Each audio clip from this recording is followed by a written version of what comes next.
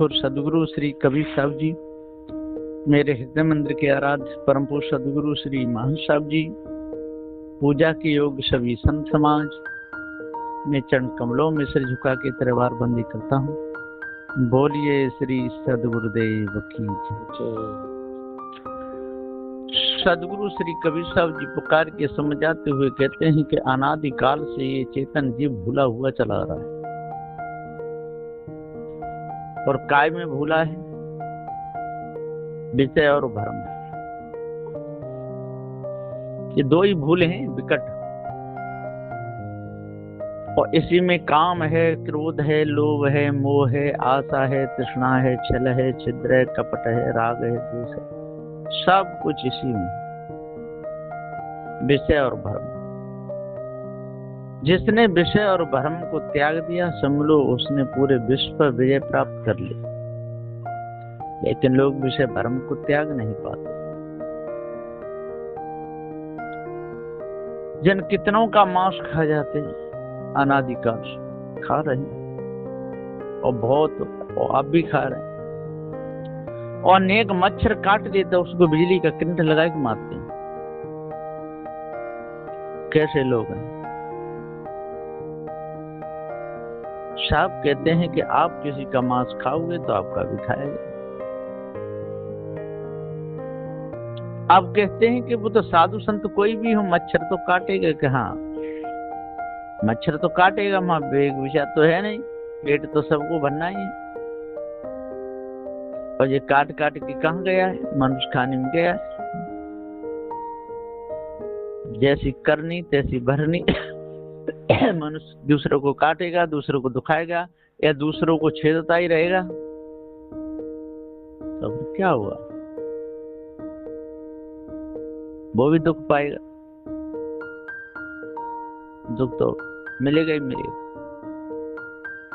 फिर वो किस मच्छर बनेगा? किस शरीर को काटेगा, दूसरे बिजली का करंट लगाएंगे। इसी प्रकार से धारा चलती रहती है। आज मनुष्य खाने में आकर के और इस अनादिकाल की भूल को आज आदि में कोई समझ ले तो काम बन जाएगा।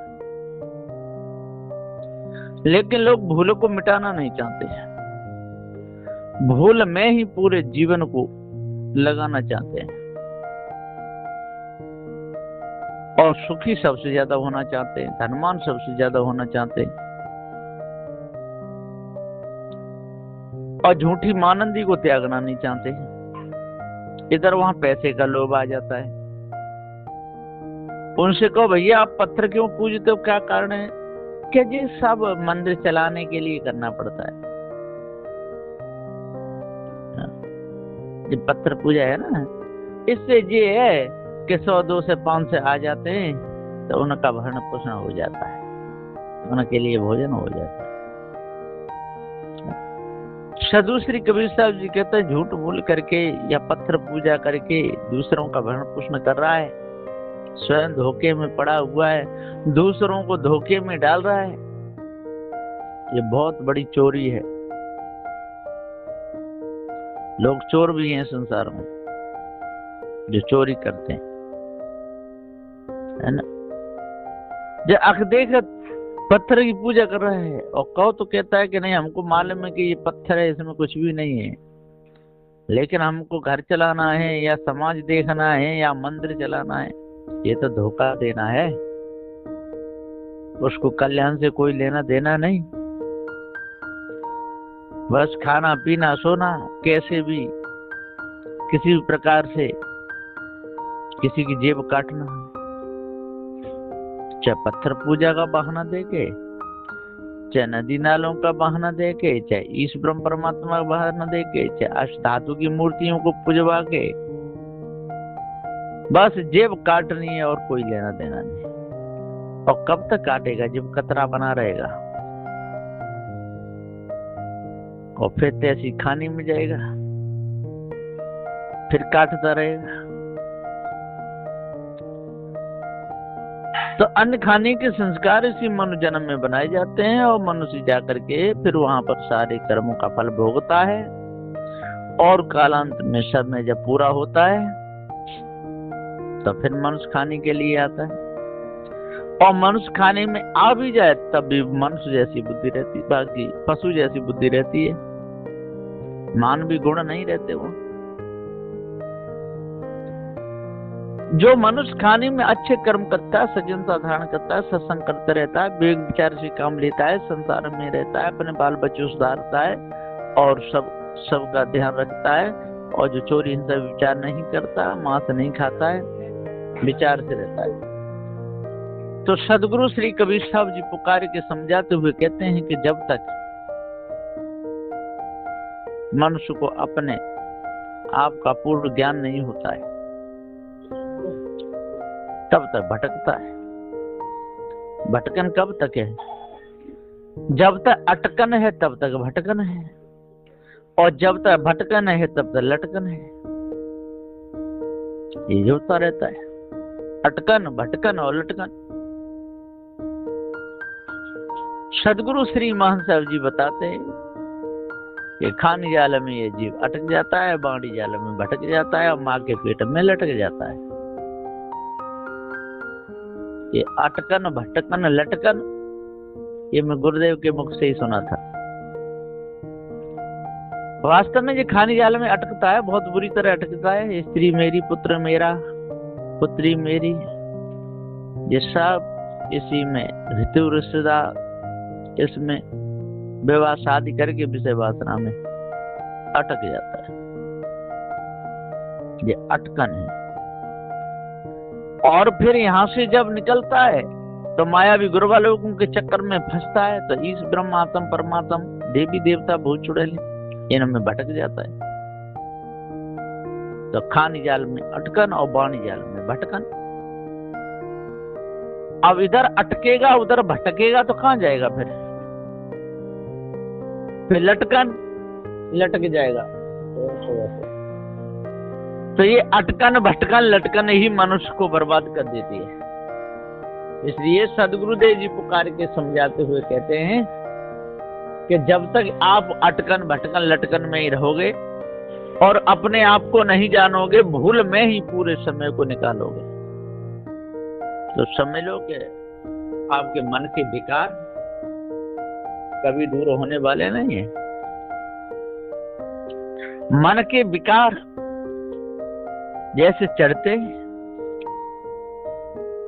जैसे अमर में घनघोर घटा छाती और एकदम हवा जब घटा चढ़ती है, घटा की तरह घनघोर घटा गहरानी, और जब में लगो बरसने पानी, इसी प्रकार से घनघोर घटा काम की, क्रोध की, लोभ की, मोह की, आशा की, तृष्णा की, छल की, छिद्र की, कपट की, राग की, द्वेष की, ईश की, ब्रह्म की, परमात्मा की, जैसे भूत की, चुड़ैल की, तंत्र की, मंत्र, ये सारी जो घटाएं, ये बहुत भारी घटा गहराती है, और इस शरीर से घनघोर घटा गहराती, और फिर लगो बरसने पानी, और फिर इसी में से ये लोग प्रचार करने लगते हैं, पानी को बरसाने लगते हैं।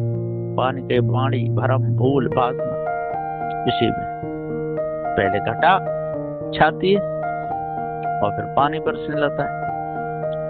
पहले काम, क्रोध, मद, मोह, लोभ अंदर आता है, और फिर उसी से फिर करतूत, घटनाएं होने लगती है ना। पृथ्वी से पानी आकर्षण वायु के द्वारा ऊपर जाता है, प्रेरक वायु के द्वारा खींचा होता है, और शोषक वायु के द्वारा फिर बरसने लगता है। ऐसा ही होता रहता है। आकर्षण वायु जल को उठाती रहती है, प्रेरक वायु टकराती रहती है, और शोषक वायु के द्वारा बरसता रहता है। इसी प्रकार से मनुष्य खाने में आकर के, और ये चेतन जीव अपने आप को भूल जाता है काम, क्रोध, मद, मोह, लोभ में, और फिर ब्याह शादी करता है, विषय वासना, भ्रम, भूल, कल्पना में फंसता है, और फिर शरीर छोड़ देता है, और फिर मनुष्य खाने में आता है, और फिर अपने आप को भूल जाता है। जब जब मनुष्य खाने में आता है तब तब अपने आप को भूल जाता है। पशु पक्षी उसमें खाने में तो भूलने भटकने कोई काम नहीं, वहां तक पहुंच गया तो वहां कहता है भोगेगा ही भोगेगा। कर्म भूमिका मनुष्य खानी है कि कर्म भी है और भोग भी है, दोनों है, पर मुख्य जी कर्म भूमिका है, और पशु पक्षी उसमें खानी जो है वो भोग भूमिका है। तो जैसे घटा छाई और पानी बरस गया, और फिर घटा छाई और फिर पानी बरस गया, और फिर घटा छाई फिर पानी बरस गया। इसी प्रकार से बार बार मनुष्य खाने में आया और घटा छाई और फिर बरसने लगा, फिर विषय भोगों में फंसने लगा, भ्रम कल्प फंसने लगा, और फिर शरीर छोड़ दिया, फिर माँ के गर्भ में चला गया, फिर बाहर आया। बस ऐसा ही होता रहता है। तो ये बाहर की घटा को तो कोई रोक नहीं सकता है, वो तो आएगी आएगी। लेकिन इस घटा को, क्योंकि जहाँ चेतन जीव अजर अमर अखंड स्वरूप है, ये अनादिकाल की वासना को मिटा सकता है। आज आदि में भ्रम भूल कल्पना को, विषय वासना को, काम क्रोध मद लोगों को आज ही छोड़ सकता है। साधु श्री कबीर साहब ने कहा भी है कि अजहु लेव छुड़ाए काल सो जो कर स्वत सवारी। मैं आज ही काल से छुड़ा सकता हूँ। काल का ये विषय वासना, भ्रम भूल कल्पना, इनमें फंसाने वाले यही काल हैं, और जीव ही जीव के लिए काल है, और जीव ही जीव के लिए दयाल है, और जीव ही जीव को सहायता देता है, जीव ही जीव को धोखा देता है, और कोई नहीं। इसलिए आज इस धोखे को जो समझ लेगा वो ईश ब्रह्म आत्म परमात्मा की कल्पना में फंसेगा ही नहीं। लेकिन लोग दूसरों को धोखा देने के लिए, अपने मत को आगे बढ़ाने के लिए कुछ का कुछ बोलते भीड़ भी कर लेते हैं। वो समझते हैं कि ये कबीर साहब का प्रचार हो रहा है। अरे वो साधु श्री कबीर साहब का प्रचार नहीं हो रहा है, वो तो उन्हीं लोगों का प्रचार हो रहा है जिनकी मानंदी को और अपने में मिला रहे हैं, जो उनका प्रचार हो रहा है। अभी पारक सिद्धांत में भी ब्रह्म ज्ञान का, आत्मज्ञान का ज्यादा प्रचार कर रहे हैं लोग। अब भीड़ हो जाती, कहते हैं ओहो देख लो उनके प्रोग्राम कितनी भीड़ है। अरे वो भीड़ का काम की नहीं है, जो तो वैसे आए बहुत नाच के बहुत भीड़ कर लेती है। नाचने कूदने वाले बहुत, नाचे गावे तोड़े तान को राखे दुनिया में, लेकिन वो मान मान नहीं है, वो इज्जत इज्जत नहीं है ना। सत्य बोलो, सही बोलो, जड़ चेतन के वेद को बोलो। लाखों में एक ही सुधरे, सुधरे एक भी नहीं सुधरे तो उनका काम था, है ना। बीज यदि पृथ्वी पे गिरेगा तो उगेगा जरूर। इसी प्रकार साधु श्री कबीर साहब का पारक सिद्धांत है, जब साफ सिद्धांत को बोलोगे, ठीक बोलोगे, ले एक ही होगा, होगा तो बढ़िया। अरे 10-20 बेटा ठीक नहीं है, अरे एक ही हो पर कहे क्या हो तो ठीक है। इसी प्रकार से लाखों में एक दो ही सुधरे, लेकिन पक्के पार की हूं तो काम सही चलेगा। और भ्रम भूल कल्पना में फंस करके राम के भी गुण गाने लगे, श्याम के भी गुण गाने लगे, ईश ब्रह्म आत्मा आत्मा भी करने लगे, और पारक भी लिखने लगे, तो वो कोई काम के नहीं। जो शराब भी पिए, मांस भी खाए, चोरी भी करे, हिंसा भी करे, और शाकाहार भोजन भी करे, और बुला बुला के संतों की पूजा भी करे, है ना। तो ऐसा कोई मतलब नहीं, बेकार है, धोखा देना है। पहले अवगुण को त्याग है, भूल को दूर करे, विषय वासना मिटा, भ्रम भूल कल्पना को दूर करे, ये ईश ब्रह्म आत्म परमात्मा की कल्पना को बिल्कुल त्याग दे। और तब यदि उसकी भीड़ होती है तो ईश ब्रह्म आत्म परमात्मा की त्यागी के आगे 10 लोग बैठे, और भ्रम भूल कल्पना आत्मा आत्मा जीव को करने वाले के सामने लाखों बैठ जाएं, वो लाखों किसी काम के नहीं, उन 10 की बराबरी नहीं कर सकते। एक असल पर नकल अनेका, और अनेक नकल नहीं पावेगा। इसलिए अपने आप को जानना चाहिए, भ्रम को दूर करना चाहिए, भूल को दूर करना चाहिए, पार की संतों की शरण में लग करके, सदग्रंथ त्रिजा को पढ़ करके अपने भ्रम को मिटाना चाहिए। क्योंकि साधु श्री कबीर साहब का जो ग्रंथ है वो बीजक है, और जो टीका किया साधु श्री पूरन साहब जी ने, और जो भी इस टीका को जो पढ़ेगा उसके अंदर भ्रम रहेगा ही नहीं। बस यहीं पर मैं अपनी वाणी को विराम देता हूँ। बोलिए श्री सद्गुरुदेव की जय।